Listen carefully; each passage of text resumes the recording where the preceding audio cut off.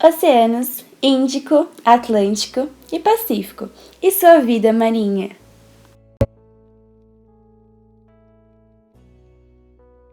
Denomina-se vida marinha o conjunto de organismos e espécies que habitam o meio aquático. Pelo fato de nosso planeta ser composto por aproximadamente 71% de água, grande parte das formas de vida se encontra no ambiente aquático. Graças a isso, a diversidade de organismos e ambientes é imensa, tal como a influência que eles exercem em todo o ecossistema em que se encontram.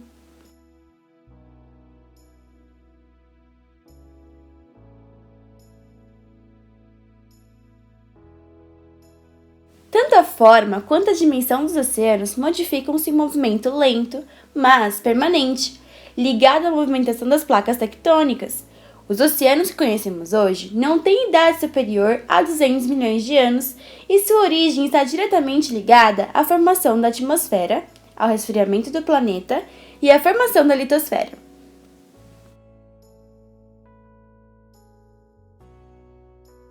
Pelo menos 50% da água que preenche as bacias oceânicas vieram da atmosfera. Acredita-se que os outros 50% têm origem de meteoritos. E é através do intemperismo das rochas, que formam a litosfera, que veio a maior parte dos íons que formam os sais água do mar.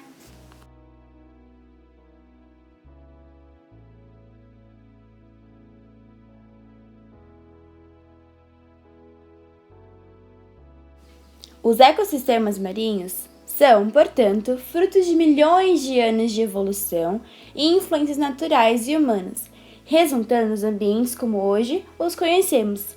É, portanto, um dos principais indicadores das mudanças e fenômenos decorridos ao longo da história, bem como estes afetaram todas as formas de vida do planeta, motivo pelo qual os estudos do seu interior são de tamanha importância e necessidade.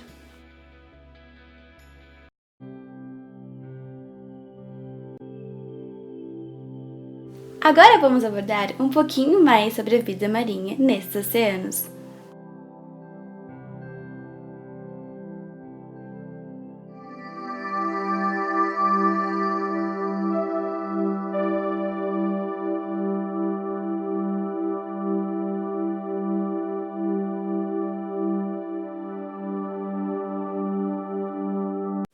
Os organismos marinhos podem habitar tanto a coluna d'água como o assoalho oceânico.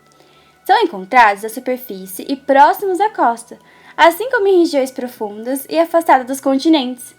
No entanto, a sua distribuição e abundância variam de acordo com os fatores ambientais e com os processos oceanográficos que são atuantes em cada região. Dessa forma, convém classificá-los como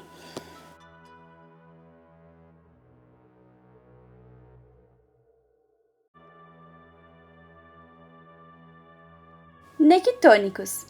Estes são os organismos que vivem em colunas d'água e possuem uma eficiente locomoção, como, por exemplo, as lulas, os peixes, tartarugas, golfinho, entre outros.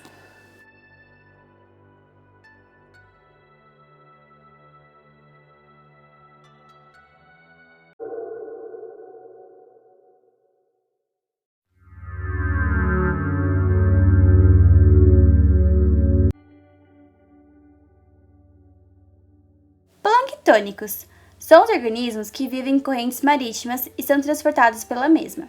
Com poder limitado de locomoção, normalmente tendem a ser microscópicos, porém existem exceções, como as águas-vivas e as medusas.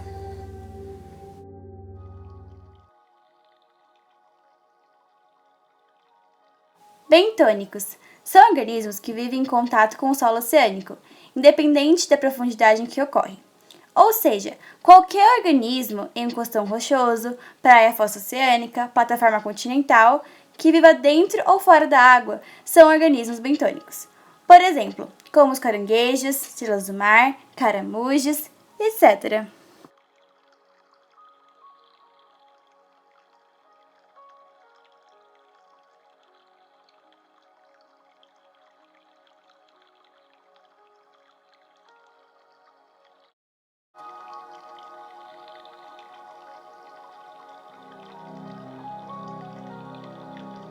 Criaturas abissais. Essas criaturas são seres vivos aquáticos que se encontram e vivem abaixo da zona eufótica do oceano, mais conhecidas como zona abissal, parte mais profunda dos oceanos que possuem baixas temperaturas, que são entre 3 graus e 10, sendo desprovidas de luminosidade e com pequenas quantidades de oxigênio e alimento, juntamente a centenas de bares de pressão.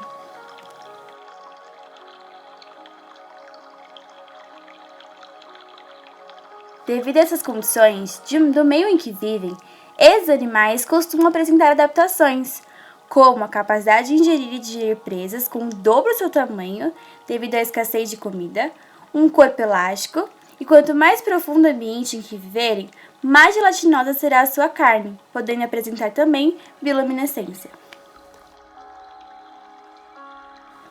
A bioluminescência é uma reação química que ocorre nos seres vivos, dando-lhes a capacidade de emitir luz, que pode ser utilizada como atrativo para outros animais, tanto para fins predatórios como reprodutivos, e iluminar o ambiente ao seu redor. Esse processo requer 2 produtos químicos para que ocorra, sendo estes luciferina, que é o produto químico que produz a luz, e a luciferase, o químico causador da resposta. A luciferase catalisa a oxidação realizada pela luciferina, gerando luz e resultando em uma oxiluciferina inativa. A luciferina fresca é adquirida através da dieta ou síntese interna.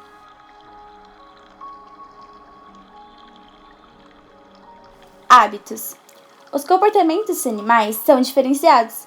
Alguns sobem para a superfície em períodos noturnos para se alimentarem de plâncton. Outros apenas vivem nas profundezas. Por estarem habituados a viver em altas pressões, subir para a superfície não é um problema para eles. No entanto, como a sua maioria possui deficiência visual, estes não sobem para tal área. Alguns possuem uma espécie de vara de pesca que é utilizada para capturar o seu alimento.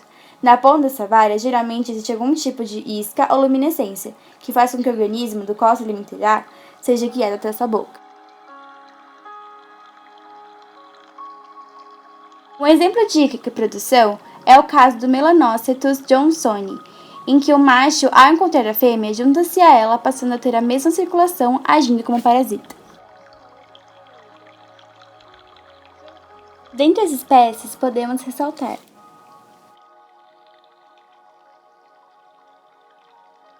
peixe-ogro. É uma espécie pertencente da família Anapogastridae, que tem seu habitat em áreas predominantemente tropicais do Oceano Pacífico e Atlântico, vivendo a mais de 5.000 metros de profundidade. Sua principal característica é a presença de caninos.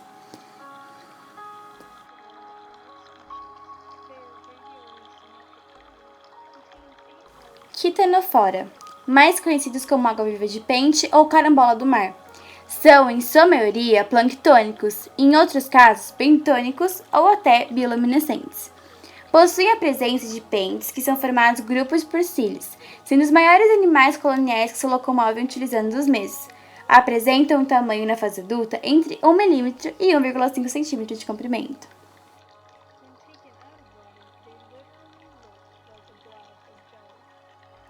Peixe pescador. Sua cabeça apresenta aspectos desproporcionais ao corpo. Possui dentes demasiadamente afiados e uma antena localizada na extremidade superior da cabeça, que é utilizada para ataques. É devido a esse fato que é conhecido pelo seu nome. Ele possui uma estratégia de abocanhar suas vítimas utilizando o processo de bioluminescência, emitindo luz para atraí-las.